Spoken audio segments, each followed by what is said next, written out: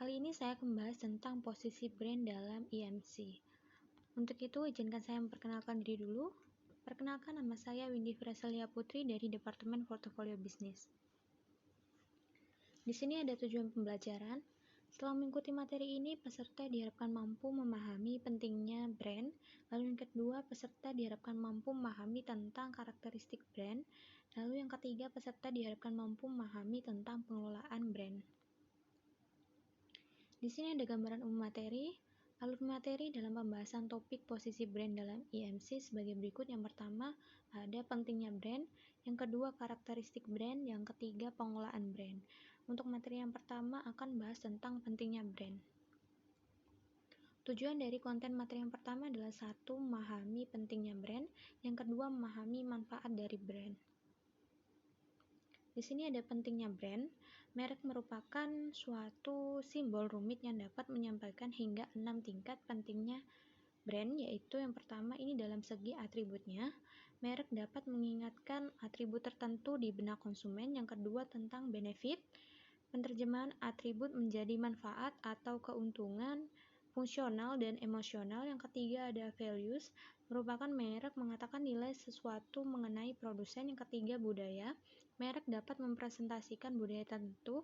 Lalu yang kelima ada kepribadian, di mana merek tertentu dapat mencerminkan kepribadian tertentu dan dapat merefleksikan kepribadian konsumen. Yang keenam pengguna, itu ada merek dapat presentasikan jenis konsumen yang membeli atau menggunakan produk tertentu. Lalu di sini ada manfaat brand. Yang pertama sebagai identitas yang membedakan produk dengan milik kompetitor dan membuat produk dapat dikenali konsumen. Yang kedua memudahkan perusahaan untuk membedakan berbagai lini produk yang dimiliki. Yang ketiga memiliki kesempatan untuk membangun loyalitas konsumen dan mendapatkan keuntungan atau repetitive buying. Lalu yang keempat ada brand kuat akan membangun citra perusahaan dan akan mendapatkan brand extension. Lalu yang kelima ada brand berhasil akan menarik banyak stakeholder, yaitu dari distributor, rekan kerja, karyawan, pemasok maupun investor. Lalu di sini ada materi yang kedua tentang karakteristik brand. Di sini ada tujuan dari konten materi kedua. Yang pertama ada mengetahui karakteristik fasilitas brand. Yang kedua memahami karakteristik penamaan brand yang baik. Di sini ada karakteristik fasilitas brand. Yang pertama merek fungsional, yang berarti brand berfokus pada nilai ekonomis produk. Yang kedua, merek citra, yang berarti brand berfokus pada peletakan atau pendongkrakan citra tertentu pada pemakainya. Lalu yang ketiga, merek eksperiensial, yang berarti brand berfokus untuk mengajak konsumen merasakan atau mengalami apa yang ditawarkan oleh brand tersebut. Lalu di sini ada karakteristik penamaan brand yang baik.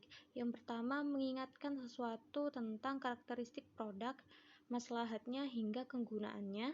Lalu yang kedua, mudah dieja, dibaca, diingat. Lebih baik yang pendek, sederhana, dan menjadi satu suku kata. Yang ketiga, mempunyai ciri khas tertentu atau tersendiri. Yang keempat, bisa diadaptasi oleh produk-produk baru yang mungkin ditambahkan di lini produk. Yang kelima, bisa didaftarkan dan dilindungi hak patennya. Lalu ada materi yang ketiga tentang pengelolaan brand. Di sini ada tujuan dari konten materi yang ketiga. Yang pertama mengetahui cara pengelolaan brand, yang kedua memahami prinsip penting pengelolaan brand. Di sini ada pengelolaan brand. Yang pertama, kesuksesannya tergantung pada volume penjualan yang tinggi.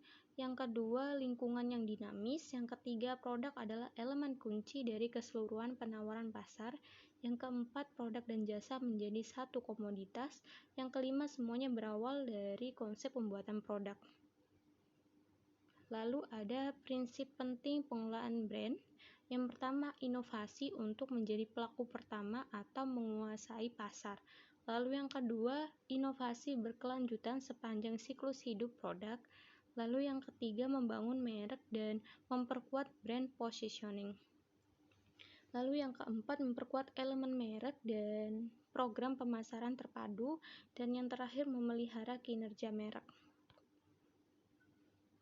Kesimpulan dari materi yang telah saya sampaikan yaitu, brand merupakan salah satu bagian penting dalam membangun sebuah organisasi, perusahaan maupun komunitas. Sebuah perusahaan akan dipandang jika memiliki reputasi yang bagus.